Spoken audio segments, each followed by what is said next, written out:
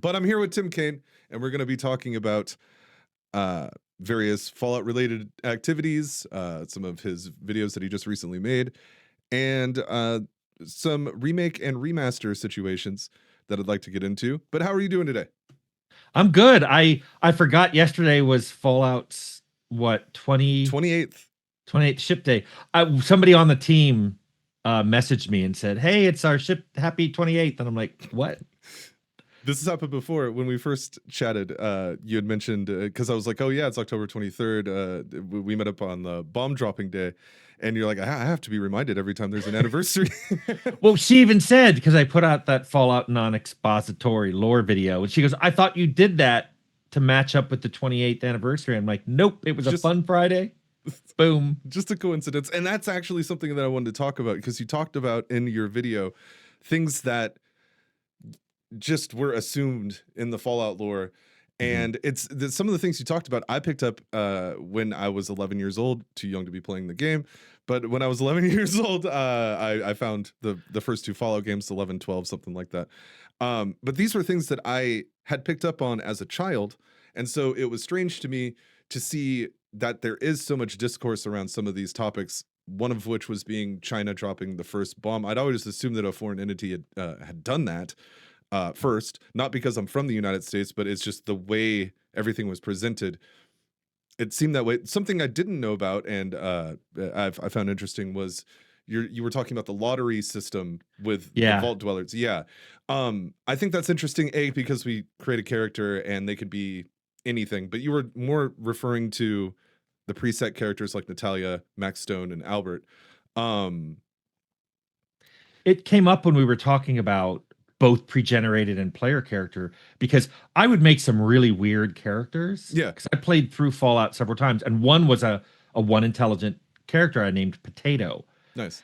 And somebody jokingly went, "Why would they ever send Potato out as their only option to save the vault?" And I said, first of all, it's not the only option, because when you step out of the vault, there's Ed lying face down in a Vault 13 jumpsuit. You're obviously not the first person to leave, and Ed's proof. Like, how anybody could debate that or not notice that is kind of beyond me. But so you're not the first. So how are they sending people out? And I was like, well, because we want the player to be any character they want, we're just making a lottery. And whoever draws the short straw, they're like, hey, here's a gun and a knife and some. Actually, they don't give you rope. And bye-bye, you got to go. And they sure don't.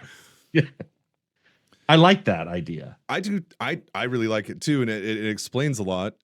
Something that you mentioned, Ed laying out there. Something that everybody always notices is Ed's skeleton laying out there. But I think something that's really good, and this is something I agree with Todd Howard on, who directed Fallout 3. Everybody knows who he is, a celebrity in the industry. But one of the things I agree with him on, when he's interviewed about a remake or a remaster of the original Fallout games, he always says, they should be experienced the way that they were. And to an extent, I agree with him. I think the UI these days is a little archaic.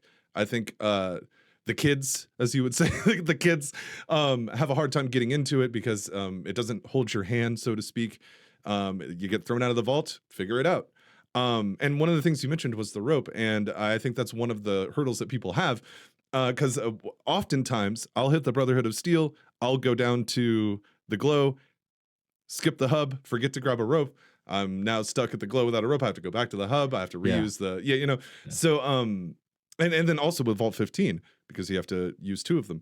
But what I'm getting at here is I agree with him on that, because nuance and story building and gameplay, all that stuff had to come very, I don't know if it's the term naturally, but you didn't have the luxury of having full-scale 3D environments, first-person, storytelling going on. You had trimetric, isometric, however people want to say it, of you, because they argue about that too. I say it's trimetric.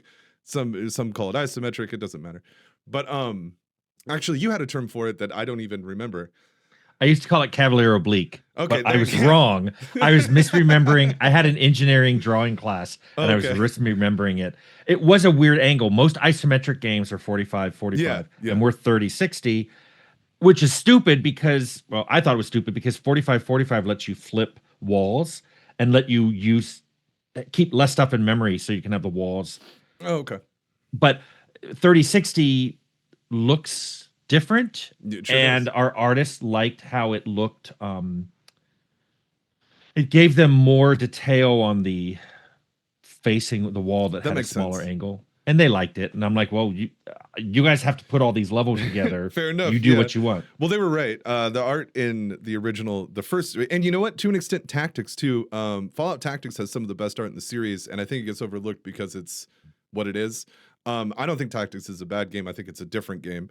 But some of the art in that game, because it's almost like an enhanced version of the first two when it comes to the visual style. Yeah. And it's not my favorite to play through. Actually, nowadays on PCs, you will get a random encounter every pixel on the map because of the frame rate issues. So it's almost impossible to play without patches and stuff like that. But back to the original, if I don't lose my train of thought here. I always explain to people that the original Fallout, and to an extent Fallout 2, they had to tell you this story based on the almost the way you were playing it. It wasn't. You could go talk to an NPC, and a lot of the times you're going to be reading text. You're going to be doing that, and those kind of things, and you're going to learn lore. You're going to learn, get your quests. You're going to do those things, but without the reliance on. Because I think some people forget Metal Gear Solid was released the same year Fallout 2 was. So even back then, though it was a CRPG, that was a style, but there were games that were doing, the full 3D, the full experience. So I just always liked the nuance of the first two Fallout games because of that. Maybe I think that's part of the reason. I'm getting off track here just because I love those games so much, but well, I had made a 3D engine.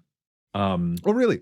Yeah, I made the I call it isometric. I think it's trimetric. It doesn't matter. I made the engine we shipped with. I also made a voxel engine and a 3D engine. Okay. And my 3D engine was terrible. It was absolutely terrible. In fact, I was complaining about it. I used to play MUDs online. Yeah. I was complaining about it to what I was a wizard on one of the MUDs, which is people actually make all the things that the players come in and play, to another wizard. He had worked on a 3D engine. I said he should apply at Interplay. He did. He got a job. Then his name is John Price, and he made the Star Trek game, the first 3D Star Trek game. Oh, okay. That they had. And it was funny how all that worked out. But so I was like, gee, if we'd had your 3D engine, the one you made, maybe Fallout would have been 3D. Well, but yeah, it was a few years later, and technology was just rapidly getting better. Leaps and jumps back then. You could have a game, and then the next year, because nowadays, I feel like everything looks almost as good as it's going to. But I thought that 10 years ago too, I suppose. But like if you look at the trailers for something like Grand Theft Auto 6, or go back to with another Rockstar game with Red Dead Redemption 2. Visually, these are stunning games, and back then, like the aforementioned Metal Gear Solid, you go from Metal Gear Solid to Metal Gear Solid 2, it jumps significantly. And I mean, Kojima's a genius, but part of what I tell people is a lot of modern games, how they look is an art choice. Yeah. A lot of older games, how they look is often a technical limitation. Yeah. This is what we can do with the hardware at the time. It's not necessarily what we wanted to do. It's not necessarily what we chose to do. It's what we could do. Did you ever see the Van Buren stuff that was being released by Adam Lacko? The New Blood guys? Well, I actually went over to Interplay and looked at Van Buren. Yeah. So Can we talk about that? Game. I think so. Okay, I was gonna say I don't think it's under any lock and key anymore because all here's the design thing. documents I did a video on my channel about it because I never signed an NDA. Well, NDR could work too. Yeah. And also, it was 20 years ago. So yeah, even if I did, it's probably expired by now. Yeah, it would have to be. But I don't want you to overshare or anything like that. But, I don't. It's me going on memory and some notes from that. I didn't take notes while I was there, but I did take notes when I got back to the office. Well, I know that Adam Lacko and this Red Guns guy are very heavily inspired by the old school Fallout aesthetic, and so they've been making CRPGs with that in mind. But one of the projects Adam Lacko had was taking the design documents of Van Buren and trying to make that a reality. And when you see what he did with that 3D engine that they had, I guess I don't know. I'm not an engine guy. That's going to be your thing, but that's what I would call it. Because there was a demo released. I don't know if you ever played through it. I don't know if you ever saw it, but it had the prisoner going into a vault and like some combat up top, and you get a set of power armor, and then it ends in the vault with a really loud piercing noise because it wasn't finished. But he took all that and he made something that I thought actually looked really amazing in that universe, in that world. But were you thinking about, I guess we can go back to your involvement, since you went to Interplay and you saw it, was that something you were going to be involved in? Because I know that you left before, maybe at the beginning of Fallout 2. Yeah, I left about 3 months into Fallout 2, and Fallout 2 was made in what, 10 or 11 months. Yeah, they cranked that out. Yeah. They already had your engine though, so yeah, they didn't have and to they do had all that. Yeah, and a lot of artwork was already done. Yeah. I mean, so it's always in theory faster to make a sequel with the same engine and art and stuff. But I went in because, I mean, we had always talked about whether Fallout originally would be made with the 3D engine, and then when we made Arcanum isometrically, we were planning to make a sequel to Arcanum in 2001. Okay. We're to start work on the sequel and make it 3D. Excellent. Because technology had in just 3 to 5 years, technology had leapt forward. So when I went and saw Van Buren, it was 3D. The level I played, I seem to remember it was outdoors, it was buildings, yes, and I think a railroad track. Yep. Yeah. So that's like what I played. But then they laid out all the design docs in front of me, and I don't remember everything I read, but they asked me, the goal was, they said, we want to show you the design docs, we want to show you what we've got done, what we haven't. I talked with Josh Sawyer. Mm-hmm. Another genius in the industry. And he was making Van Buren, yeah, and I talked with someone else on the team, and terrible with names, I don't remember who it was. And then the question they'd asked me was, okay, you've seen everything we've got already done. You've seen what the design docs and everything says to do. How much time do you think it would take to finish?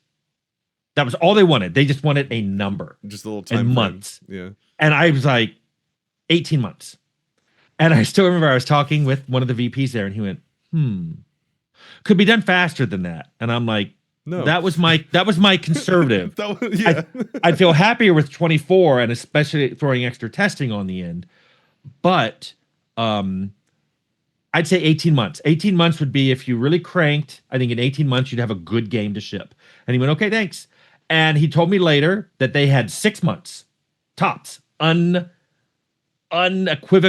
unarguable, and they were already planning to cancel it.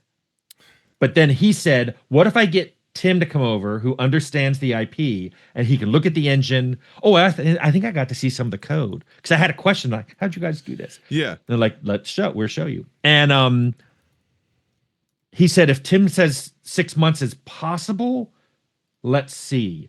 When I said 18, he was like, yeah. So I felt bad, because I'm like, did I just get it canceled? And he said, no. We were already canceling it. If you had come in and said 6, we'd consider not canceling it. But 18, I was like, there's no way. First of all, the team they had would have killed themselves in a death march crunch, and still I don't think would have had the game done in 6 months. So I was like, asking them to do it in 6 months would be asking them to crunch for nothing. Yeah, that's fair. And that was Sawyer's baby then? Was he pretty much in charge of that? I feel bad for that situation. And you know what? Luckily with Fallout New Vegas, you can see that I've always said that Josh acted like the events of Van Buren happened and then built on it in Fallout New Vegas. Because there were some things. Well, Joshua Graham, you have Big Mountain. There's a few things that you pick up and be like, oh, okay, that's very interesting. Joshua Graham, I also stressed to people, was a much different character in Van Buren than we see in New Vegas. Because go ahead. It was weird for me to play New Vegas and then go, wait a minute. How do I know this? How do I know this name? How do I know this location thing or this quest line? Yeah. And it was because, I I read it in a design document Yeah. almost 10 years Well, I was before. him and John Gonzalez, I think, smashed it with New Vegas, and I think a lot of people agree. But it's something I always try to tell people again too, and you may or may not agree with this. I think that Fallout 3 was more of a love letter to the series, and New Vegas was more of, okay, this is what we would have done had we had the go ahead from back in the day, because you had so many people that were, you had Sawyer, you had Avalon, Fergus is there.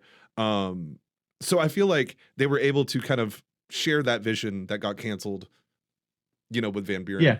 I mean, To an New extent. Vegas was on my, I did somebody asked me what my 5 favorite games were when I first started my channel, and I put them in, and then a lot of people very snarkily went, you got any games from the 21st century? And I'm Yeah. like, fine. I mean, one of my favorite games, oh, you can't see it, it's over here, it's over there, Star Raiders, which that came out in 1979. Yeah. So I did a modern RPG top 5, and Fallout New Vegas is in there. And I think I say in that video that New Vegas felt to me the most like if Fallout 1 or 2 had been converted Yeah. to a Same. 3D game. And I often cite the setting being over, Nevada, California area, but also, I mean, like, okay, and you had mentioned this in your video yesterday about the lore. I expected different things to be in the East Coast. I didn't expect to see super mutants in FEV. I didn't expect to see maybe the Enclave, because who knows? The Enclave could have this huge network. I'm not gonna, but like the Brotherhood and stuff like that, they had really good ideas with things like Riley's Rangers, Rad Roaches, though I believe they had been mentioned before in the series. But they had, because roaches are very prevalent in the East Coast, so it makes sense that now they're big and they're hulking and they're ants, things like that. And again, we had seen ants before, but that makes sense that they're there. The thing that I liked the most about Fallout 3 was the new things that we were learning about the other parts of the country. And so when you go to New Vegas and you see a similar setting, I think it gives them a terrific canvas to be like, okay, so what did the NCR do after the events of Fallout 2? They've expanded so much. Shady Sands grew into this big capital. Well, they're going to head out and they're going to have opposition from something like that. And the Legion was mentioned in Van Buren as well. Again, far more brutal than it was in New Vegas, more fleshed out. But I've also talked about that, and people have given me strange looks because I say the Legion isn't as brutal as it should be in New Vegas, because I think too many people like them. Too many people are like, hey, the Legion's all right. And I'm like, you wouldn't if you would have met them in Van Buren. They were very bad. But this kind of manifest destiny of the NCR being played out, showing the low morale, showing all those kind of things in the Vegas area, because they're far away from the hub. They're away from their homes. They're away from all this, and they're fighting this battle that they don't even know if they're going to win. They already fought one before, the first Battle of Hoover Dam, and they're done. They're kind of like, when is this going to? There's no end in sight, and Caesar's right on the border of the river. So, and there's a lot of them that are talking about like, great, I might as well just kill myself because Caesar's going to march through, and he's either going to enslave us or he's going to kill us. And I love that continuation of the Fallout story. And it looks like the show, I don't have any advanced knowledge of the show, but it looks like the show is tapping into a bit of that too, because it looks a little desolate in the area. So I guess a long story short, I'm praising New Vegas for being a continuation of, I guess, Fallout 2, and an extent Fallout 1. It would have been nice to hear. Well, I guess we do. There's Emily Ortal in Fallout New Vegas is from Arroyo. She talks about being from Arroyo. So there's a connection, because if she's from Arroyo, she's likely related to the Vault Dweller in a way, because I'm not saying the tribe is completely inbred, but they're going to have to be eventually a little bit. And that's not new in the Fallout world either. Look at the Enclave. I don't know if they're still doing that story arc with the Enclave or not. But anyways, I agree that New Vegas seems like an actual continuation, and it should. Fallout 3. Well, and they throw Harold in there. You mentioned Harold, actually. So let's go into Harold. I've said some mixed things about Harold in Fallout 3. Hindsight's 2020. Had Bethesda known that New Vegas was going to be a thing, maybe they wouldn't have included Harold, and he would have had a spot in New Vegas that was a little more made a little more sense. But you mentioned that he's an anomaly in the Fallout world, where it's like, what is he? And I had always subscribed to the fact, well, he looks like a ghoul. His in-game model is a ghoul, so it's okay if people think he's a ghoul. That's no big deal. But when you look at his actual lore, he talks about going with Richard Gray to Mariposa, falling into the vats, being exposed to radiation. And like you said, radiation does weird things with FEV. With clean humans, they turn into these big hulking super mutants, and the rest is history. But with somebody who was radiated, maybe already going through the ghoulification process to be then FEV'd, we see Harold. And then to continue his arc with the tree is always fun too. But did you have any more? Because was it you that pitched the slanter or the S slanters? No, you were against them, correct? Yeah. Yeah. Okay. So is there any more anomalies like Harold that you think you could have explored or that you would have liked to have seen? Well, if there's this long dialogue with the lieutenant when he captures you, and I can see why a lot of people wouldn't remember this because you have to talk to him. But one of the things he says, he calls you or your vault prime humans because they're normals. Completely unirradiated. Yeah, they're not irradiated at all. And then he says, once humans get irradiation, FEV isn't as effective and the results aren't as good. And the implication is, if you go to I think it's the hub, there's a really dumb mutant that you can actually, if you're playing a dumb human, your dialogue, you can out-dumb him. Oh, okay. He's the guy who says you can't go in here, mutants only. And you're like, and he's like, what? And you're like, mom, because you have a 1 IQ, you can't say much. Yeah. And finally, he just gets confused and steps aside, and you walk in. And we did that for fun, but also the lieutenant is kind of implying irradiated humans don't turn into that good of mutants, and that could be the difference between him. He's super smart. Yeah, one of the smartest in the game. The really dumb guys that they send out as almost infantry, and you're like, well, what if you're even more irradiated? Maybe it doesn't work. Like they're not grabbing ghouls. They didn't try to capture any of the ghouls from Necropolis and try to FEV them because it probably either doesn't work or it works badly, or maybe that's where those centaurs come from, or those weird. I just did a video about glider thing. Yeah, those are all like, well, centaurs I think is when multiple people ended up in a vat and they kind of something like together. That. Yeah. Maybe the master was doing experiments because look how he turned out. Maybe I can make more of. I mean, nope, he got centaurs and what are those? I don't want to say the name that Leonard called them, but those things that the floaters. Around, like, yeah, that's not what Leonard called them. Anyway, oh yeah, I can see what. Yeah, I can see where it getting appropriate. Yeah. Anyway, we're thinking those are just experiments that yes, from a game point of view, we needed weird creatures for you to fight. But when we would talk about it, we're like, not every mystery has to be explained to the player. There wasn't like some mutant scientist going, "Hey, we attempted the following things, and look what we get." Yeah. You just see them, and you're like, did FEV cause this? Did radiation cause this? I don't know, but guess what? It's a big, weird world out there. And that's why, like, I loved Fallout 3 because I grew up right outside DC. Oh, perfect. So when I saw the metro stations. Yeah, they did a great job. Yeah. When I walked around the mall, I was like, I've been on this mall dozens of times. Yeah. And that was cool. I've been in the Smithsonian. It was cool to see that, but part of me went, the whole time I was growing up in DC, we were told it's a swamp. I'm not talking about a political swamp. Yeah, it's literally a swamp. Yeah. It has canals. It was Potomac, all that. Yeah. Yeah, it was a gross land that Maryland and Virginia didn't want, so they donated it for the nation's capital. For the capital, yeah. Yeah, and it's gross, and it has, and several buildings have to be pumped regularly, or their basements would fill up with water. And I'm like, wow, that could have been a jungle, but I bet you the engine couldn't do a jungle. What? So they did the sort of dried out. Well, because they have Oblivion, and Oblivion has jungles, doesn't it? I guess I wouldn't know for sure, but maybe it doesn't fit. They don't do a lot of water wet. No, I don't know. You're right. No, you're right about that. Yeah. In 2000, I'm Skyrim anyway, which is a leap and a bound above technology-wise. So in 2008, I'm not sure they could have done that. Yeah. But I just remember thinking, oh, I kind of thought this would be different, and it wasn't just because it's like I'm seeing scorpions and I'm seeing. No, you meant in general the setting mutants. Could have been different. I kind of thought it's East Coast. It's really far away. It's wildly different architecture. It's wildly different. It's a 3D engine. It could have been more different and still have all the touchstones that people want from Fallout. And the original Fallout tried to show an inkling of like, there's a lot of weird stuff out there because of Harold and the floaters and the centaurs. They're weird. Go ahead and have more weird stuff. Yeah. And don't bother explaining where it came from, because it's not like there's scientists out there like recording all this stuff.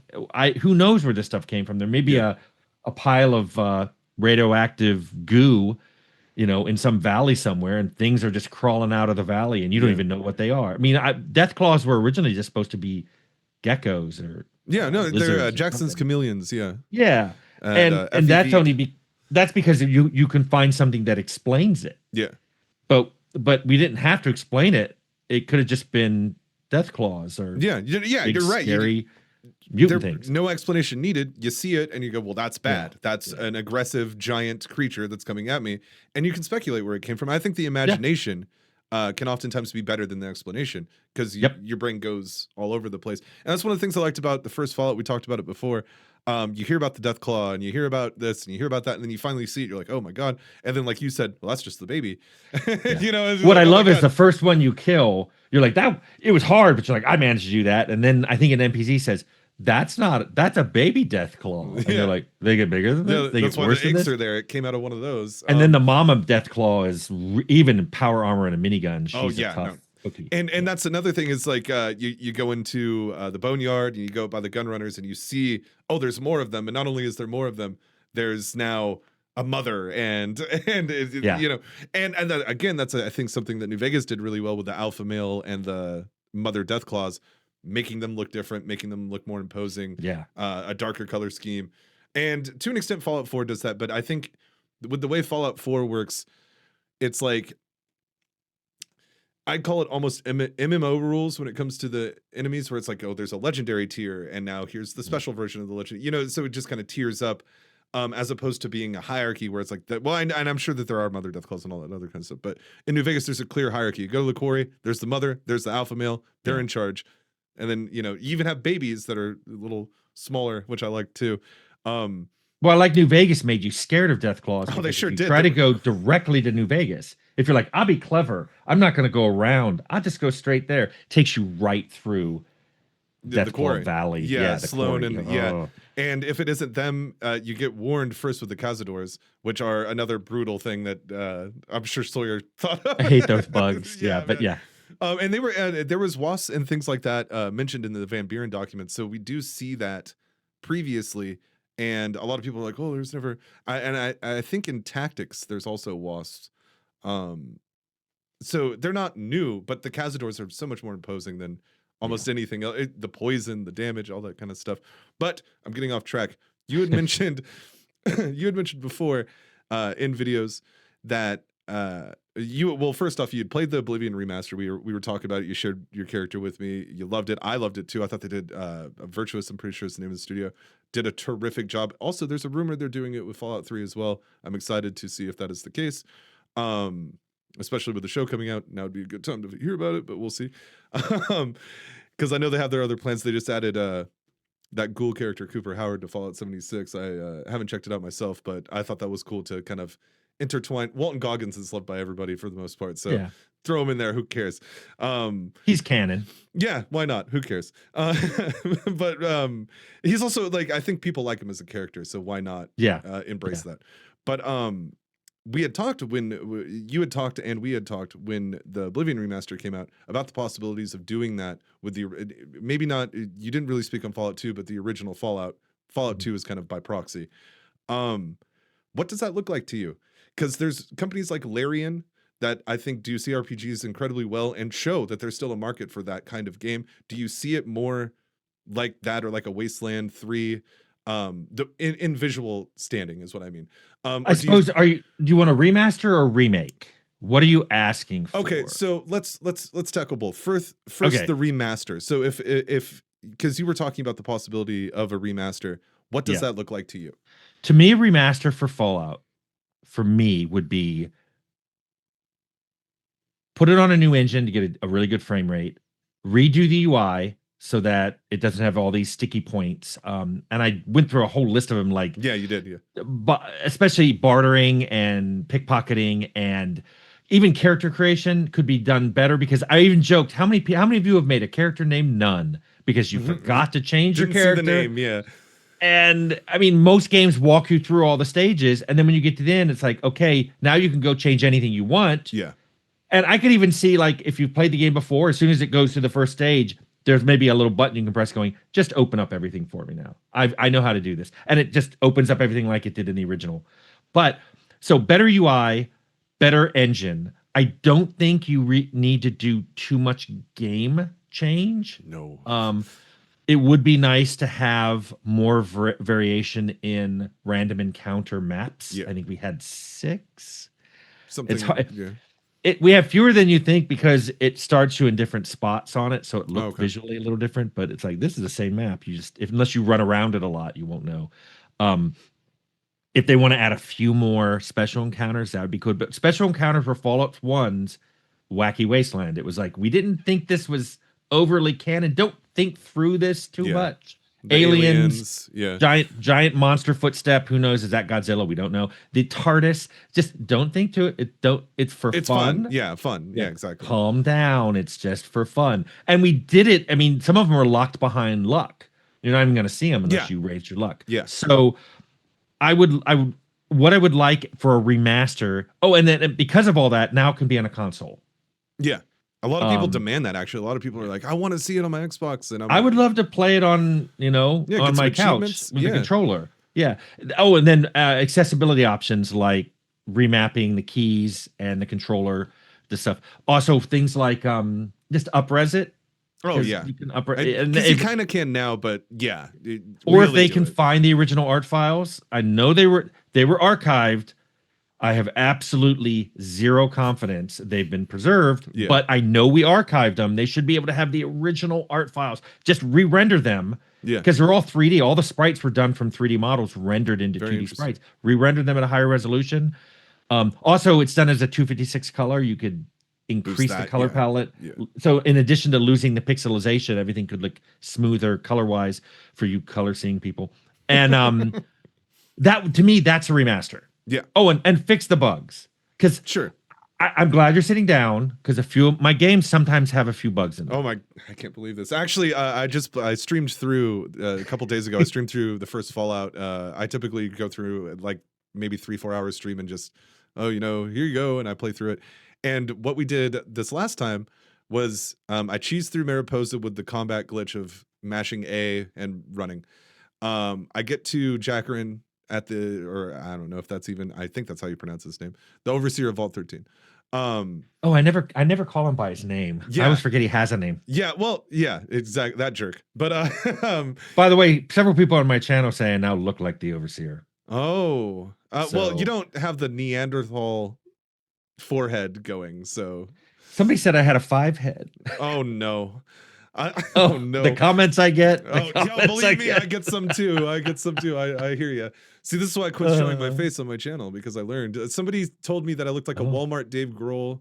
They said that's the lead singer of the Foo Fighters. I know. He played at the Fallout 3 ship party. That's right, he did. Yeah. And so I was thinking, it's like, do you? I'm fatter than he is, but regardless, I don't think you look like the overseer. I think they're just making a comment on actually, and you're pulling it off very well, the white and gray.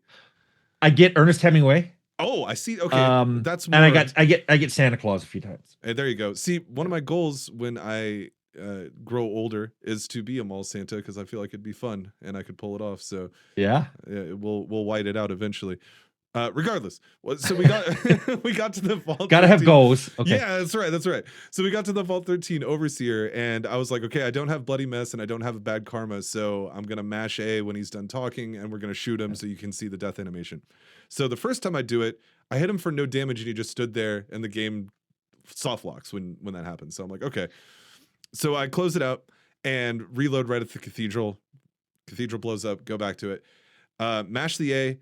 Shoot him. It says I hit him for 27 damage. He has 27 hit points. He does his death animation. I hit space to do the next turn, and he stands up, fully not like the obviously his In body's fine, pieces. not in Yeah. pieces. So like Oh. he had already done the death animation, but like he just reforms and stands up and walks towards me and stands right next to me, and then I couldn't do like the game completely soft locked again, and I couldn't click on anything, I couldn't do anything. I was like, well, that's it, boys. That's the end of that's the end of Fallout Because for you. you know what? We didn't know about the rapidly hit A. You were only supposed to kill him if you had bloody mess or the bad I think karma. it's bad karma, yeah. QA discovered the rapidly hitting A, and we're like, we should fix that. And they're like, no, please don't fix it, because Speedrunners use it. It's a bug. Yeah, speedrunners use it to get through the game quickly, and so I'm glad you didn't, because it actually, like, there's people that beat it in 1 minute and 30 seconds and stuff. Like, I don't know if you've ever watched those before. Didn't you watch the first Outer Worlds? Were you a part of that? I did, but we used to watch Fallouts, and I remember when it was 15 minutes, and then someone did it in 12, and then someone did it in 8, and Leonard and I were like, how are they doing it in 8? And we looked it up, and it turns out we don't care if you ever find the water chip. So he just skipped that section. Yeah, you can the just game run will straight end, to Mariposa, kill the master, destroy the mutant base, game ends. And Leonard's like, we never checked that. And I'm like, there's a script variable for it. The script didn't check it. Because the scripting and programming were separate, and the programmers got blamed for a lot of stuff that were scripters. I think I have a whole video about that. But that's the danger of opening up a game to be scripted, is then everybody in the development team is technically putting stuff in that can affect the game's flow, but it'll always be the programmers who get blamed that's if there's fair. a bug like that. But, well, and I think Fallout 2 put a couple more roadblocks in the way, maybe because of that scripting situation, because you have to get the boat in working order. I think you have to get the GECK. Well, no, you don't have to get the GECK, because if you go to the oil rig, there's a GECK in one of the lockers that you can grab as a failsafe. But you have to go through all the setup of the ship, and I feel like that's probably the roadblock of you at least have to do this, and then of course you'll get Enclave encounters if you go to, and they'll just murder you. So the one thing I wanted to remind is something that I always double down on when I talk about a Fallout remaster is yes, because we made it for DOS and then for Windows and Mac. I always forget about that. Yeah, all of the operating system specific stuff is tied in a tiny little library. So remastering the game for a new blitter, a new graphics, new sound, new input control, all can be done in that library, and you don't have to touch the game. Well, now you do have to touch the game for UI and bug fixing, but I'm just saying, if you just want to put it on a new, not a new engine, but a new, like, spruce it up piece of hardware, like a console, yeah, you just can do it with that. People put it on the DS. I don't know if you've seen that. There's people that run it on the DS and on Android phones. Yeah, I saw someone playing it on an Android phone, and I thought it was wild. I saw it looks the good DS. too. No, it looks great. The screen is like perfect for it. I haven't played it myself because I don't know the legit. I played it on Steam Deck, and it ran surprisingly well on a Steam Deck. Actually, all the Fallouts do, surprisingly. See, and if they remaster it, I hope the originals still stay available. So you have the original and then them remastered. Sometimes they do that, but they left the original Oblivion. And I'm just speaking from Bethesda, since they own the IP now. They left the original Oblivion, so I would imagine, especially with things like GOG, I imagine it's always going to be on GOG. Just so for people who say no, don't remaster it, I like the original. Okay, go play it. Go play the original. Yeah. For everybody else who would like to play something with a better frame rate and less bugs and on a console, here's a remaster. Yeah, best of both worlds. But for some reason, there are people who don't want. People argue with me that if you make something else available, you detract from the original. And I'm like, but it's still there. There's a lot of talk out there about the show, the Fallout show specifically, that kind of borderlines that. I've had many people tell me, well, what's the point of playing through New Vegas if it's all destroyed in the show? And I was like, because it's about the journey, man. You're gonna have a good time, and you can make whatever you want canon in your head. You can also ignore it. There are 2 shows on TV right now based on books that I love that I don't watch, because I watched some of them, went, this stinks. This doesn't. Yeah. I don't even know why they bought the IP on one of them. They changed so much of the IP that I'm like, why are you making this show? Just don't call it something else, and you have a great show. But if you call it this, then I'm going to be sitting there, why do you have this? Why don't you have this? Why did you change this? This character is nothing like... And then I'm like, okay, I'm tapping out. But I don't feel the need to go online and tell everybody, you have to stop watching this. If you like it, watch it. I'm just watching something else. That reminds me, he didn't exactly say that, but Our boy Chris Avalon has had a lot to say about the show, and I really enjoy the show. So whenever I read it, I'm like, should I not like the show? Like, I feel like you're convincing me that I shouldn't, but I was like, you know what? I like it. It's okay that people were mad. I said I liked it, and people got mad at me. And I'm like, if you don't like it, don't like it. Yeah, I just don't watch it. It's really that easy. It's the super life easy. is that easy. Just do the stuff you like. Don't do the stuff you don't like. And guess what? Everybody's happy. You get exactly what you want. People have different tastes. I know it's crazy. It's insane to think that. No, one of the things, the way I look at the show, and I think this is probably why I don't have as big of a problem with it, I enjoy seeing stories from this universe, period. So when there is something like a new medium with the show, people are like, well, how is there these 2 or 3 interconnected vaults and the master didn't see these? And I'm like, dude, who cares? It's weird for me too, because I have a different, my viewpoint has always been, I like occasionally going back and playing Fallout, but what I really liked was making Fallout. Yeah. And to me, when I think of Fallout, I think of making it. I think of funny times with the teams and weird things that happen and all that. I like the game, but that making it is like an experience that's limited to like 20 people. Exactly. And so I understand I'm coming from a completely different perspective. So when people get mad at me for having that perspective that's different than theirs, I'm like, I see Fallout differently than you, and I can't not see it this way. Yeah, exactly. It's the way to look at it is you don't see Fallout 3 in New Vegas that way because you weren't involved in them. Yeah. So I enjoyed Fallout 3 as a player. Yeah, same. Well, I remember I cried when I saw that it was because I was at a GameStop in like 2007 or something like that, and I saw a Game Informer magazine, and it was just the power armor suit, and it said Fallout 3 across it, and I never thought I'd see the series again in my entire life, and I literally shed tears. I was like, I can't believe. I was working on WildStar, and Todd Howard emailed and said, if you come up to E3, which was in Santa Barbara, so I had to drive up from Irvine, we'll get you in to see and I wanted to see it. Yeah. And they had, I remember I stood in the back, they'd got, how did the press go in? The room went dark, and then I came in the back behind them, and I just watched all, and I was like, that was amazing. And then I went out to lunch with Todd and Pete Hines and Emil Paglario. And we just had lunch. Suspects. We just had lunch for an hour, and I was talking about all the stuff I loved. It's like, this was really cool. And it wasn't like I wasn't there to critique what they did or whatever. It was just, hey, what'd you think of this new way of showing this universe? And I was like, it's really cool. It was. Yeah. Yeah, and I think Fallout 3 nowadays in the fan base, it gets a lot of flack. But honestly, it really opens up the game universe, and I think they nailed the atmosphere of a Fallout game very well in Fallout 3. It feels very gritty. It feels very post-apocalyptic. I view it as, for everybody, there's like this continuum of, here are the things I think they did well, and here are the things they didn't do well. And we can disagree because of taste, but also a lot of people have different cutoffs. Like, if they do this much I like, then I like the game. For other people, it's like, they have to do this much I like. Other people are like, if they just do this, I'll be fine. So those two things of how much do I have to like, and also what my tastes determine what I liked, what they did and what they didn't.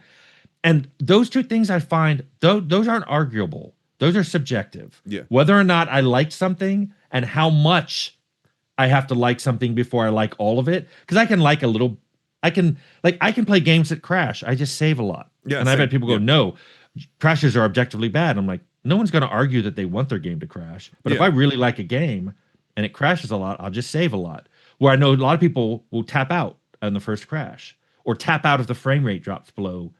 I hear 90. These kids these days yelling about, well, it's only getting 30 frames a second. I'm like, that is insane to me, that is some kind of cutoff to you.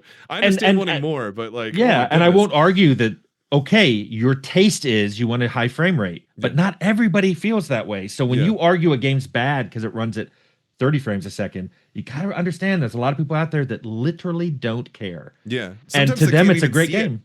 Like a lot of people, my wife cannot tell the difference between 60 and 30 frames per second. I've tested her multiple times. She has no idea. She's like, I don't know.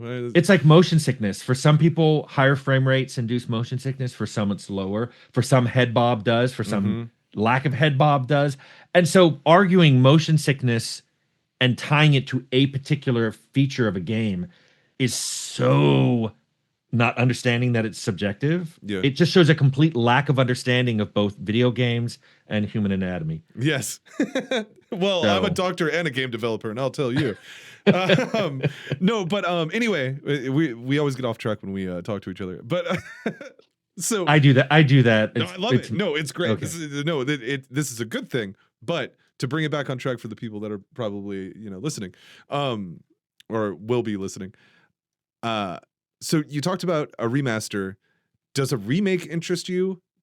It almost seems like a dirty word with the first two games, and I agree to an extent, but because a remake, now we're talking, you can change stuff. yeah, you sure can. We could make it a 3D game, Mm-hmm. which people I go don't think it would blasphemy, and I'm like, it was originally going to be a 3D game. Remember when we had the first meeting where I went to a conference room and said there will be pizza, let's make a game together. I'm like, hey guys, I made three engines. Let me show you.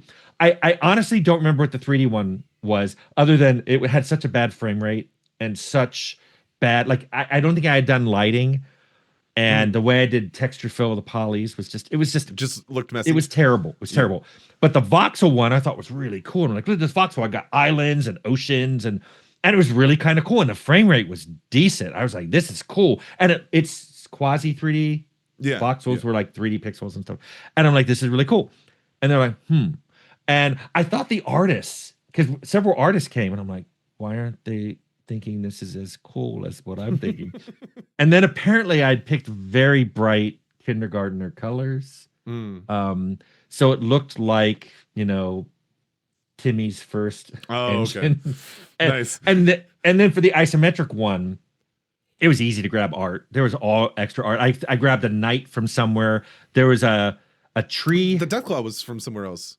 He was the D&D, an unused D&D play model. Yeah. But no, this was at the beginning when it was just me. We had nobody assigned to it. Oh, I see. Yeah. And so I grabbed some stuff, some sprites that were just floating around at Interplay. And I also found that there was a program that it would generate trees of different kinds. And so I generated a bunch of trees, and then I found some flowers on a rock or something. And so I said, okay, here's an isometric engine. And I showed them, and most of them liked the isometric engine, and that's what we went with. Like I said, it was a great choice because also had the original one had elevations. I'm sorry, not elevations, levels. So like you'd walk into a building, it could be 3 stories tall, and you could walk upstairs, and suddenly the next level would go upstairs. Yeah, well, we see that with the cathedral a little bit. Probably not the exact same way that you're saying it, but like that was done with maps. But there was actually, you would not leave the map. There'd be no load. It was literally multiple, and you could fall from levels. You could shoot. You could if you had a balcony going on to, if there's a balcony going into a room, you could shoot down at them. Yeah, we had all that stuff. That.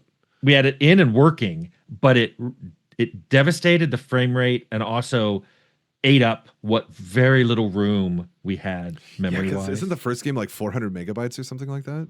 It had to fit. It was like 600 on the disc. Also, one thing I point out to people is the entire game, the entire memory that the game could run in was about 45 screens. And that had to be all the code, all the art, the screens actually, the maps actually being loaded, and sound, which ate up tons of memory, and cinematics. All that had to fit. If you were loading it into memory at once, you got about 45 screens of information, which sounds like a lot, but it's not really a lot. No, it's not a lot at all. Yeah. No, and so when we cut the levels early, I think we had a demo at one point. You did. I know I showed Steve Jackson games.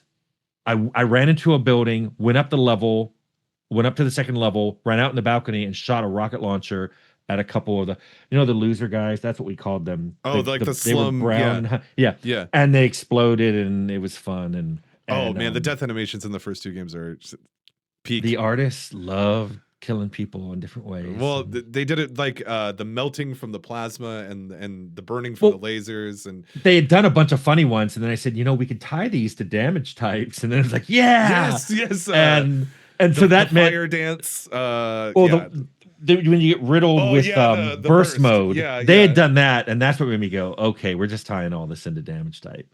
But yeah, that's a perfect example of there wasn't a design document saying death animations tied to damage yeah. type. It was we already had the damage types. Some artists made some really cool looking animations, and we went, oh, let's tie those together. Yeah. Yeah. Okay. Well then, so with a remaster, you'd be able to change things. When you say 3D, I don't think of the classic 3D. I think of like the way Bethesda is doing the games now, and I feel like the first two games might not work as well. Though modders have tried, and they've done very good jobs. Well, that would be a discussion, I think. Do you mean 3D, like it would still look isometric, but the camera could be spun around and maybe zoomed in and out? With Larian and Baldur's Gate 3, I think that would be a terrific look for a classic Fallout game. Same with the Wasteland 3 aesthetic. Right. I think they did a great job with the trimetric or top-down view, whatever you want to call it. And that's something that could fit it. Yeah. But I feel like you lose the maybe the ambience or the nuance of the original two if you do something like an official remake in Fallout 4's engine, let's say. I'm just saying if you did a remaster, I would want to open the door to do we want a 3D but third person camera, or do we want to do a 3D first person? I would like to at least explore that, because that's a remaster. I'll bet if you're doing a remake, okay, maybe we can even talk on a remake making it 3D. But I think that's starting to stretch remake into remaster. Yeah. People always want to know, like, what's the exact definition? I'm like, I think it's a continuum. I view everything as a continuum. Nothing's binary. Nothing's black and white, and this is coming from a colorblind programmer. Nothing's black and white or binary. Well, and it's true. And actually, going back to the original Fallout games, I think that's a theme that people see in those games is there's really not a lot of, like, you meet the master and he thinks he's doing good. He wants to purge humanity destroyed the world. Look what they did to it. Well, we won't do that. And with my master race of super strong mutants who are going to be super intelligent, that's never going to happen again. Well, they're sterile. Whoops. But you have to prove it. I like that. You can't you can't just walk up and say that to, and even when you prove it, he's like, oh, you're lying. Okay, but you're lying. Come to me with lies, and it's just Jim Cummins did such a good job. I had no idea. We were so lucky with our voice acting. It's one of the high people. Whenever I stream the first Fallout game, one of the takeaways that everybody in the chat has is the voice acting in this game is so much better than you think it's going to be. When I heard Tony Shalhoub doing Air Dash, I'm like, who is this guy? Yeah. And I'm trying to remember if he got Monk right after that, but I know Galaxy Quest came up after that. Okay. And I was like, how did we get that guy to do our little game? Good. Monk is one of the best shows I've ever watched. Well, Ron Perlman. When I tell people how excited I was that my writing for the opening narration got chosen, I always caveat it with, of course, Ron Perlman could read the freaking phone book. And and it would sound amazing. That's great. That's amazing. Well, and also the things that you wrote, like he's talking about all these superpowers coming. It's beautifully written. I actually wasn't aware that you wrote that entire. Maybe I just had forgotten. But it was a weird situation where we had another one written, but I had an AP, an assistant producer. We did talk about that. And he was like, "Are you sure?" Because he had me read it, and I'm like, So I said, "Well, I'll write another one, and you have Ron for Ron. You have Mr. Perlman for 4 hours. Just have him read both." And he went, "Oh, okay." And it was what's weird to me is the annexing of Canada, which was just a fun, goofy thing that was in the cinematic, and now it's like these days I'm like, are we annexing Canada? It's just there's a bit of prophetic things in the Fallout series that we thought we were being, this is crazy and can never happen. I think a lot of people look at today's climate of certain things and think, well, that was crazy and that could never happen. But I digress. But dystopia now. Did you see the joke Emil did last year? You're not really online when it comes to Twitter and stuff like that, so you probably didn't. But Emil posted, he's like, "Oh, you guys want to talk about lore and canon?" The guy at the beginning of Fallout who shoots the guy in Canada, that's Nate, the player character from Fallout 4. And I bet people were mad. Well, I think somebody at his company got mad because he took it down. He's like, "Well, that's obviously not the case. I was just having a bit of fun." And I was like, "Let him have fun. Let him, it's not a big deal." Plus, it's a horrific thing. It's very, But again, you have the ink spots playing over it. and you see it happen, and then they wave and they, hey, like, I know. And that's the what other, made it so good, though. Like, that's what I love about we wanted the ink spots. We couldn't get baby. I want to set the world on fire. Yeah. It's what we wanted. So we settled for maybe. And then I still remember how Leonard went, you know what? Maybe works way better. Maybe for was the ending. such a good choice. It was so good. Especially like Leonard. I always feel like I agree with Leonard. But the walking away scene of the Vault Dweller walking through the desert after leaving Vault 13 for the final time. And maybe he's playing and you're just like, oh, yeah. Maybe you will think of me. And then, of course, we see Arroyo and stuff like that. And so actually, that's a good... did you ever think... Because Bethesda, I think one of the things that they did a very good job in is the soundtracks that they then included into the games later, with Fallout 3, and then New Vegas continued on it with the Southwestern feel. Because a lot of the times we were only hearing these oldies show tunes from like the 30s and the 40s, but now we have Big Iron by Marty Robbins, coming in on New Vegas. Was that... I can't imagine that was something that was actually really thought about. You didn't have an in-game radio. But was there a reason? Oh, well, I guess retrofuturism. You were thinking, how would the people of the 1930s or 40s picture a bombed out 2077? So, well, we thought ink spots worked really well for the opening cinematic, and like I said, it just happened to work great for the ending cinematic. But our in-game music was all ambient. Mark Morgan's music is so good, and it was based on dark ambient music I like Aphex Twin, and I think I have a whole video on the Fallout. Music of Fallout, because I found my list. I'll be linking the videos he talks about, by the way, guys, in the description. Because I have so much stuff in my archives that when people go, why can't you just find that? I'm like, if I search the word ink spot, it says like, here's 272 documents that have the word ink spot in them. Because I took my notes, my handwritten notes, and in some cases I digitized them. Because modern technology is amazing. It sure is. I found my original list. I often said I gave a CD with a bunch of burned songs on it to Mark Morgan and said, make stuff that sounds like it belongs with this. And I found the list. It was Brian Eno, Aphex Twin. God, I can't remember them all now. And then I remember there was one Depeche Mode song. Nice. And that's why you can hear a little Depeche Mode like signatures voice. Yeah, it's the talking in the background, the bros. I know what you're talking about. Yeah, but the in-game music, what people now call like the diegetic music, was not intended to be ink spots. Was not intended to be retrofuturistic. For Fallout, the diegetic in-game. I'm sorry, I'm using it backwards. Diegetic is what you'd hear on a radio. Our in-game music, which was the game music, it's not really there. It's there because you're playing a game. Was all of this dark ambient stuff. Yeah. The stuff you'd hear on the only diegetic music we had in the original was ink spots. So if you're going to make a game like Fallout 3 with a radio, you need more diegetic music like that. But I still think the music of Wasteland, or the music of Fallout, Wasteland too, though, because Mark Morgan does the Wasteland soundtracks too. So I like that dark ambient music. I want it to sound desolate. I want it to sound a little scary. I want it to sound, empty and a little wistful. That's what I want from the game's music. Any of the diegetic music, I think you can go retro future and grab stuff from the 30s and 40s. Yeah. And on to that topic of one of the things that the classics do really well, when you get to the cathedral, you hear the church bells in the song. When you're at Vault 13, you can hear the terminal clacking keys in the background and little bips and bops of the computers. So you take what you think some of the ambient sounds would be, or at least Mark did. You take that and you mix them with this dark ambient music, and then it gives you this really good sense of ambience that every map you had to select what track to play for it. Yeah. So we tried to match all those up, but he also saw a lot of video. I don't know if we had the game ready for him to play, but I know we gave him screenshots. I think we even gave him video on a VHS tape. So if you want to know how old it was, we just gave him a VHS tape and said you can watch people in QA playing. I think we recorded somebody over there. Yeah. Well, he did just a terrific job.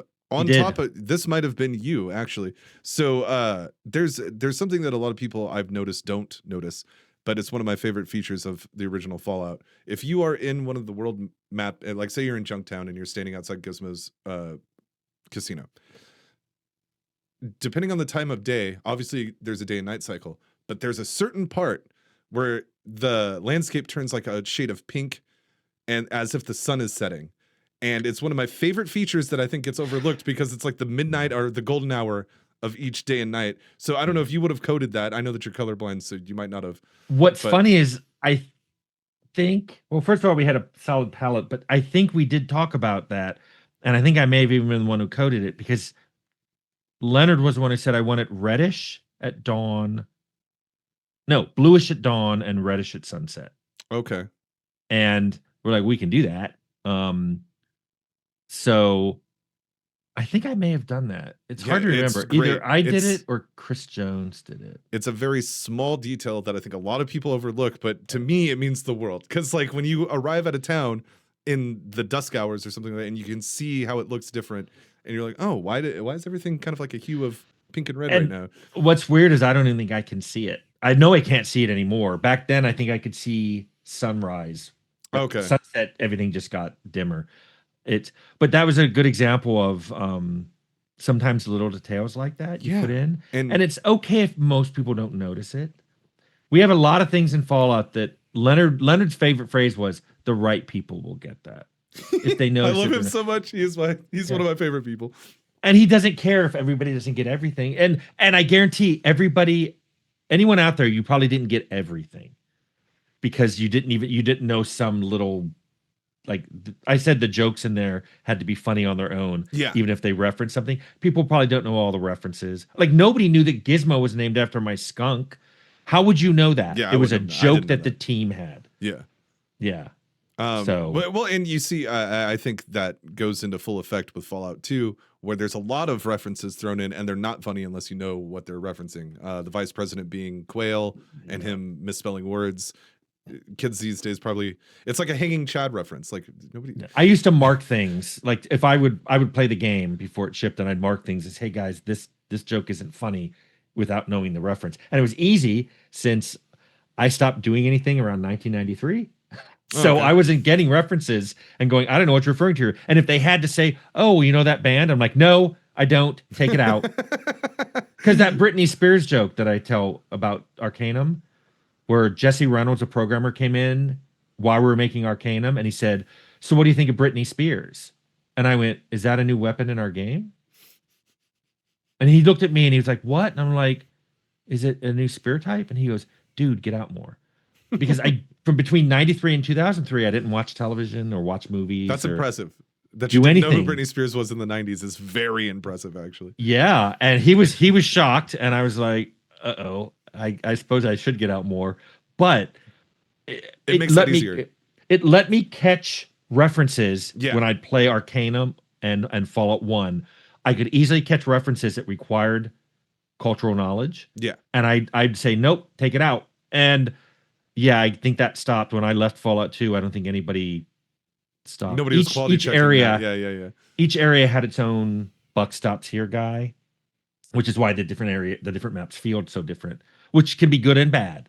That, Arroyo feels so different than the Den. I mean, different people were in charge of those. But because of that, I think a lot of jokes that were very topical and very 90s, you play them now and you're like, what? Well, I get them because I grew up, back then and was tapped into the culture, like the Habologists. I immediately knew what they were referencing there. But tying into what we just talked about, if you were to make a remake or a remaster, you might look at those and go, if it's a remaster, leave it in. But if it's a remake, you're like, I hate these jokes that are mired at the time because it makes the game less. First, it makes the game less timeless, which I don't like. But also, it takes a huge chunk of people and say, we're laughing and you're not. Hope you feel excluded. Why would you want to do that?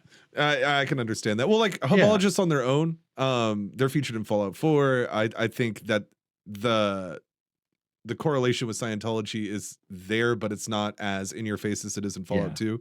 In Fallout 2, there's even references to Tom Cruise and Nicole Kidman down in the vault for the Habologists. There's things like that I think a lot of people are like, if they didn't know, would probably be like, well, like these are just characters in the game. They probably passed right through them. Well, the example I told people was the head of the most technological guy spearheading the Industrial Revolution Arcanum was named Gilbert Bates. And and people called him Gil Bates. Guess what? If you didn't know that was reference to Bill Gates, it doesn't matter. It doesn't. Yeah. But if you do, and I only cared when everybody's like, if everyone had gone Gil Bates, ha ha ha ha, and then you the player are like, why is everyone even laughing? Why is you this get name enough? funny? Yeah. You get enough of those in a game, and you start thinking, this game isn't made for me. Maybe I should can go play understand something that. else. Yeah. And as somebody who makes games, I can imagine you're more in tune with that line of thinking because you're making the game as opposed I also to wanted my games not to just be out for a year, played for a year. RPGs tended to have long tails, and I'm like, is this still going to be funny 10 years from now? And I had people go, no one's going to be playing this game 10 years from now. One of whom I have contacted and said, hey, guess what? It's been 25 years and they're still talking about it. That's the greatest thing about my channel is I've had people contact me from Interplay and from Troika and from Carbine and go, oh man, I forgot about that. That was so cool. Whatever. And one person, a few people have gone, are you sure about that? One person, I sent an email. I said, here's an email you sent me with the thing I'm talking about. And he's like, I wrote this. I'm like, yes, you did. Well, nobody's going to care about this post-apocalyptic game 28 years from now. I can tell you that much. Well, I'm on record. Leonard thought Fallout was going to be big. I was worried it wasn't going to take off. And he loves reminding me of that. Well, I think being worried about something like, oh, I don't know, I hope, like worried to me still means that there was hope that it was going to do. Yeah, obviously you hoped it was going to do well. Oh, yeah. But being worried about something, I mean, you're creating something. Yeah. You make videos today on YouTube. I make videos. Every time I make a video, I'm worried. I was like, I made a Mario video for his 40th anniversary. It got 3,000 views, and I knew nobody was going to watch it. I was like, but Mario is very important to me. One of my introductions to gaming. I've the entire time I've been alive, Mario has been a figure of gaming, and so I was like, I want to pay respects to the to the OG, and so I didn't care that nobody was going to watch it. But I think everybody, like when you're creating something, you're like, oh well, I hope people like it. I can never tell which of my videos people are going to like, but I'm not doing it. As I explained to someone, I don't think all my videos are for everybody watching my channel. So there are some people start and I see that they click off after a minute or two. And that happens with everybody though. Yeah. And there's some videos that I'm like, no one's going to care about this. Why am I talking about this? And then everybody liked it. I'm like, I guess they liked hearing about, trying to remember, there was one that I recently did. I'm like, no one's going to want to hear this. Oh, I was talking about people being passive at work. And I even started by saying, I like passive people. You need all kinds of people on your team. And I like the people who are just like, tell me what to do and I'll do it. Yeah. Because if everybody wants to brainstorm, which can be good, but if everybody thinks that they're steering the ship, nobody's steering the ship. Yeah. But then I said there are all kinds of passivity, and I draw the line at where you being passive is causing problems for other people. You be passive all you want. I don't care if you don't care about the game. You just come in 9 to 5, you do your work and you leave. Do good work. I don't care. Yeah. I don't care if you never want to come to a brainstorming session and never want to discuss the minutia of, what a weapon should look like or sound like. I don't care. But a lot of people out there thought I was being really negative about people being passive. I'm like, I even started it off by saying, people will always hear what they want to hear, or you know what I mean. I've been. It's like videos are like Rorschach ink blots. Yeah. Everybody sees them differently. But I've had very similar experiences where, because I'll dive into fun facts about the games, like, oh, did you know this weapon was here or something like that, and I'll come across something where I'm like, no, but everybody's going to know about this and nobody cares. But, I want to make sure that I feature it in this video, and I'll make a short out of it or something. 1 million views on the short or something. And you're like, what? It's like, I thought this wasn't even going to be important. But doesn't everybody know China nuked first? Doesn't everybody know that? Yeah, no, and actually onto that, I feel like I said, and you've mentioned before, Bethesda's free to do whatever they want. It's their IP now. They're at the helm. And I do feel like that's something that they are changing. Just based on how they're discussing it in the show. They touch on it lightly in some of their later games. In Fallout 4, you meet a ghoul, Chinese remnant, who's in a Chinese nuclear sub, and he kind of hints at that. But I think Bethesda did something well when it comes to that by leaving it up to the imagination, like we talked about before, where it's like, who knows who really did that? first, and does it even matter who did it first at this point? Look at the way the world is. And let people, there may be people who definitively say, no, China nuked first. No, the US nuked first. They both believe it. Yeah. But they both can't be right. It's true. And I like the idea that it's lost to time at this point in the universe, because we're talking nearly 300 years after all these events happened. Like, but oh goodness, I always do that. I always like this, and then I forget. But on that subject of the nuance of lore and lore that doesn't get explained, I think that is a better subject to leave untouched directly, because the average person in the wasteland doesn't give a shit who nuked first. They don't care. Right. It's so far removed from them. And somebody actually asked during the stream, they said, did 9/11 happen in the Fallout universe? And I said, well, the divergence happened far before that. Yeah. But so probably not, but we don't. What's important though, and what's important though is there's two ways of looking at it. You're looking at it as a game player, and you're looking at it as a developer. From a developer's point of view, because you have a team working on it, you don't want them to be inconsistent. Yeah. So sometimes we talked about things like, this is what we think happened, and this is where we're writing these characters as if they believe this happened. So it's consistent. But is that what's really happened? We're not going to put a pin in it. Some things we did put a pin in. Yeah. But it's because players can come up with all kinds of theories, but you don't necessarily want your narrative designers or your level designers thinking opposite things and then putting content in. Yeah, like contradictory content. Yeah, that's the worst. Yeah. See, and that's actually the stuff that bugs me, is when I don't care what lore Bethesda wants to add to Fallout. Fine. Just be consistent with what you're doing with it. And if you're consistent with it, then I know that I can rely on you as a narrative source. It's the difference between an ad and a retcon. Sure. Yeah. Like, add stuff, but if you retcon too much stuff, then it's like the player's like, why did I learn all those things if you're just going to change them later? That's the problem. And you had talked about lore drift before. I don't mind lore drift. It's going to happen. It will. People have talked about Jet being post-war and pre-war and all this other kind of stuff. Stuff like that's going to happen, and that's fine, and it can evolve and it can drift.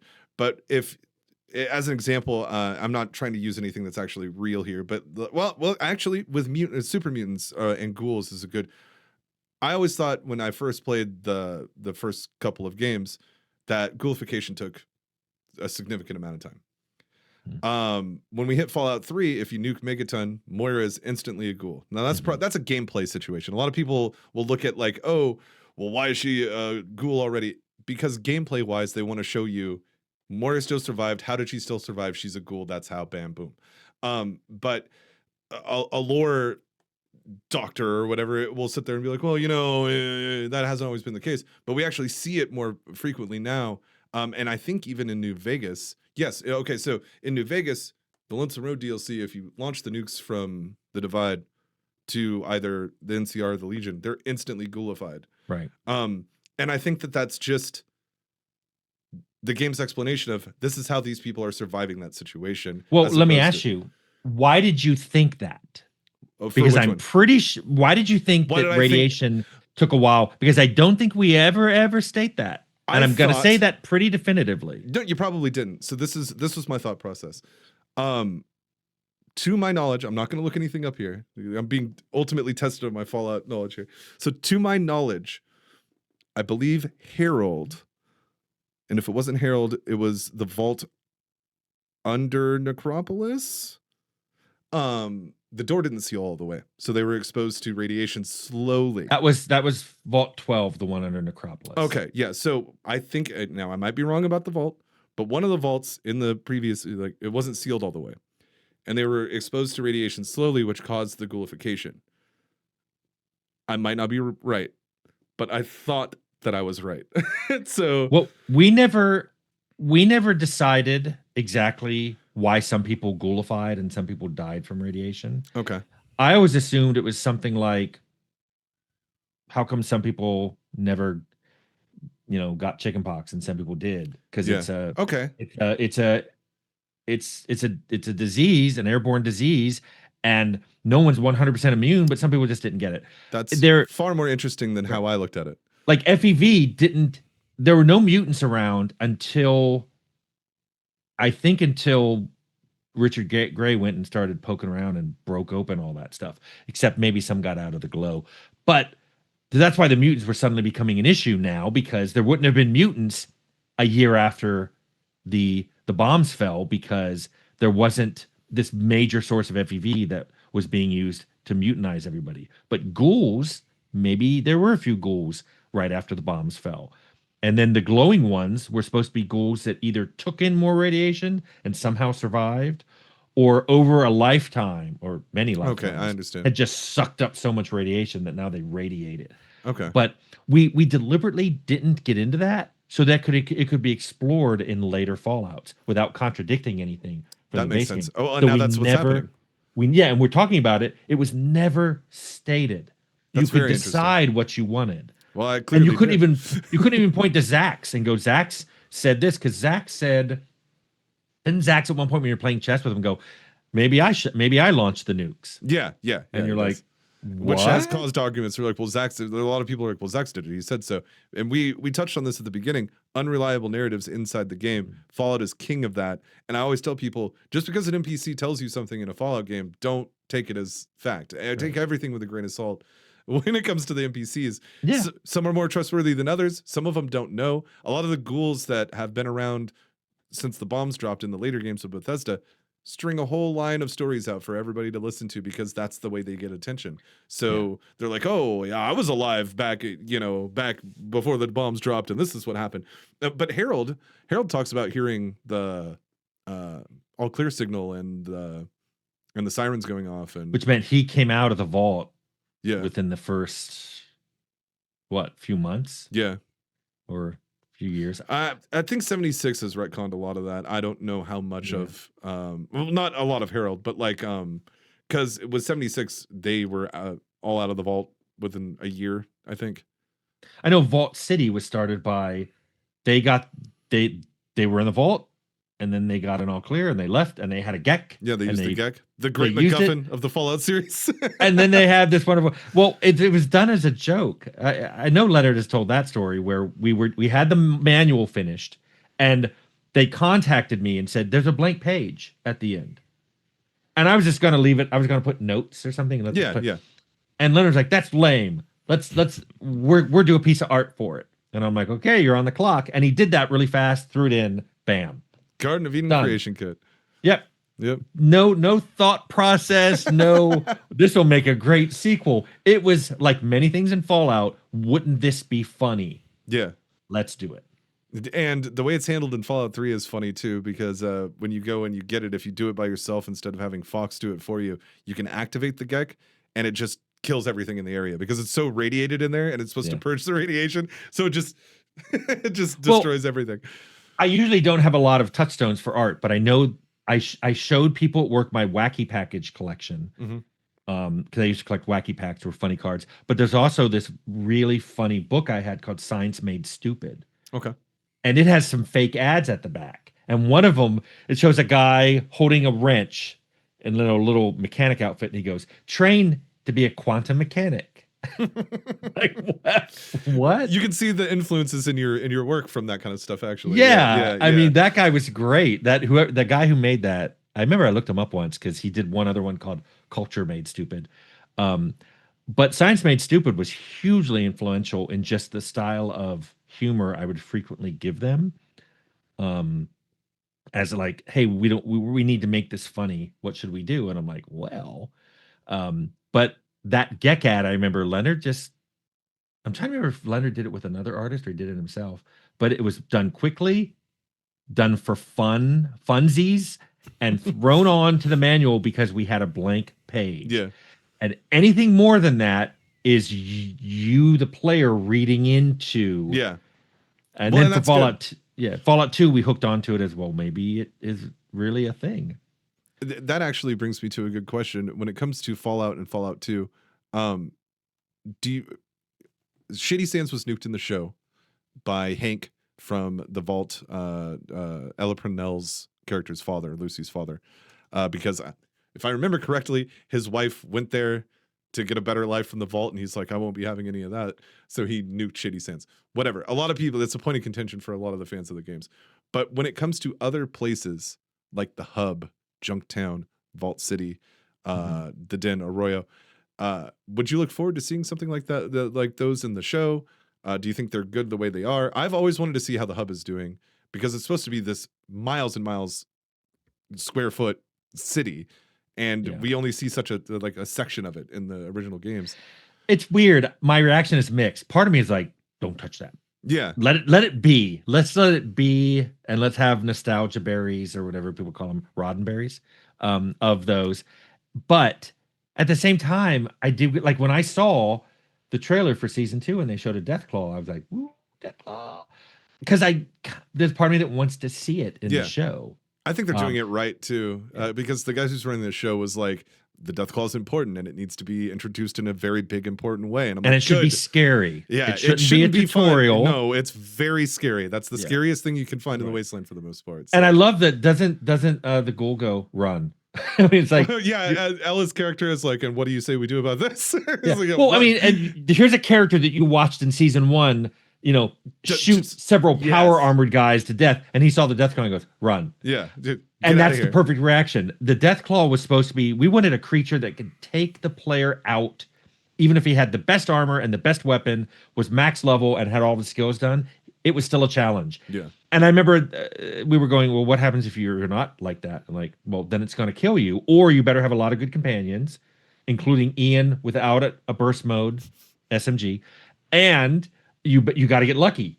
And I said, I want something scary. I want something that will always make players go, ooh, I don't know if I want to fight that. Yeah. Well, the Deathclaw is certainly that. Yeah. And also, ammo's rare enough and expensive enough at one point in the game where you're like, do I really want to spend the ammo? Because I know it'll take a lot of ammo to bring this thing down. Even when I build up a sniper build, get the power armor, if you go to shoot it in the eye, shoot it for the eye, aim for the eyes. You can get some good crits for sure. You absolutely can. But if you go to fight that mother, like you said, you could have an Avenger. And what I love about people discovering the eye shots is the producer on 2, Eric DeMilt, discovered that you could punch people in the jaw. He said they had glass jaws. You punch people in the head. He got a lot of really good attacks in that way, and he said, I don't think interesting. I think punching people in the head is actually better than shooting them in the eye. I'm like, okay. He loved to explore the violence in the game. So. Well, and that's actually interesting, because if we go to Fallout 2 and you go to the prize fighting in New Reno, when you're doing the boxing fights, some of the green boxes that you get, the descriptions of some of those attacks and stuff, they're always so good. And it's like, yeah, you have some of the references like the Masticator for Mike Tyson and Evan Holyfield for Evander. But just like one of my favorite ones comes from that, where you knock out one of the boxers and it's critically hitting the eyes for X amount of damage, knocked out, unconscious, something like that, and then at the end it just says "Good night, Gracie," and I'm like, this is so good. Now that the individual ones, like knocked out, knocked back, or whatever, were all from status effects attaching into the string. But I will say that was a Wasteland influence, which is the explodes like a blood sausage, because a few people on the team did have played Wasteland. So I'm always careful, because I don't want to overdo what the influence was, but I don't want to say there was none. And everybody wants it to be a pendulum. It was a huge influence. It was no influence. Yeah. And it was an influence. Yeah. And some people pump it up to be huge, and some people try to dismiss it. But the explodes like a blood sausage was something that always made people giggle from Wasteland. And so we wanted certain sentence termination strings additions. They're great. If you killed them, especially if you killed them past -50 or you got bloody mess, we tried to append a suffix phrase to make you go, and there you go. Let's add some what is it called? Some I'm thinking of the word too. I wanted to say finesse, but that's not right. We want to add some pizzazz, decoration. it's one of those things. My coffee I understand is worn off. Yeah, no, I'm getting there myself. But we'll wrap it up here pretty soon because you've already given me so much of your time. But thank you, Tim, for coming out. And this has been a great chat as usual. And if you guys haven't already, make sure to check out Tim's channel. It'll be linked in the description and in the pinned comment. He does a tremendous job explaining his work in the industry and his views on the things that he's knowledgeable with, and they are fantastic. One of the last videos was the non-explained lore of Fallout, which it was very interesting to listen to. So thank you, Tim, for coming out. Thank you. This was fun, and we will certainly have to do it again. I agree.